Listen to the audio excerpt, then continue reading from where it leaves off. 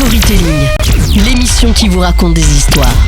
Nous sommes avec Alain Robert, merci d'être avec nous. Vous êtes grimpeur dans la vie, un grimpeur bien particulier. Avant de revenir sur vos plus grands exploits, revenons un peu en arrière. Déjà plus jeune, Alain Robert, vous étiez attiré par les hauteurs ? Oui, moi c'est en fait l'escalade ça a commencé pour moi à l'âge de 11 ans et là dans un mois exactement j'aurai 60 ans, donc pour moi la hauteur ça a toujours fait partie de ma vie. Vous avez commencé en grimpant des falaises, puis vous êtes passé aux buildings gigantesques comme une tour de la Défense à Paris, le Burj Khalifa à Dubaï, même la tour Eiffel. Alors Alain Robert, dites-nous, vous préférez grimper une falaise ou la paroi d'un building ? J'aime les deux, disons que j'ai grimpé des falaises pendant et puis à partir de 1994, je suis passé sur les gratte-ciel. Et puis aussi, c'est devenu un moyen également pour moi de voyager, de gagner ma vie.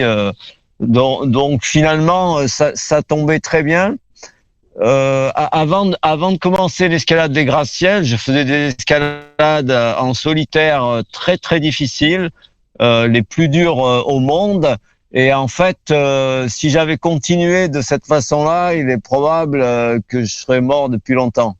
D'accord, écoutez, on est bien content de vous avoir avec nous. Après, on va quand même rappeler que la tour Burj Khalifa que vous avez escaladée, elle fait 288 mètres de haut. Mine de rien, c'est pas rien. Qu'est-ce que vous ressentez en arrivant à cette hauteur, à 288 mètres de haut ? 828 mètres, la Burj Khalifa. 828 mètres, excusez-moi, j'ai changé les chiffres. C'est encore mieux. Qu'est-ce que vous ressentez à plus de 800 mètres du sol ? La tour Montparnasse, et vous multipliez par 4. Oui, ça fait sacrément haut. Honnêtement, ça fait sacrément haut. Et justement, vous, qu'est-ce que vous avez ressenti en arrivant en haut de la tour ? Ah ben c'est génial. Déjà parce qu'en fait, c'était une ascension qui était compliquée.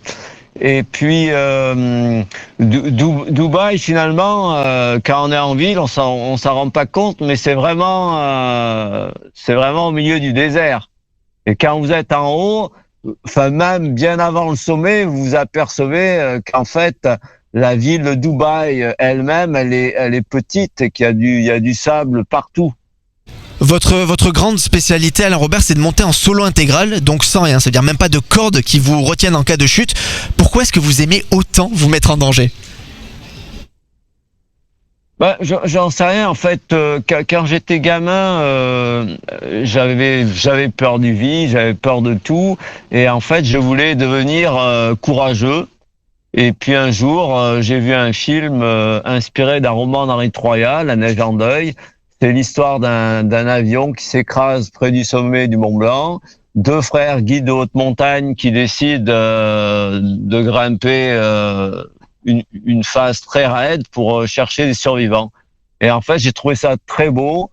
Ça m'a vraiment inspiré. Et puis, c'est ce qui a déclenché en moi cette envie de faire de l'escalade.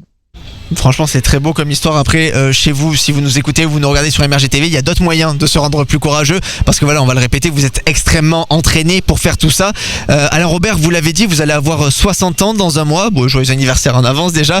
Votre envie de grimper toujours plus haut, est-ce qu'elle est toujours aussi présente que quand vous aviez commencé à grimper plus jeune ? Ah oui, complètement. Moi personnellement...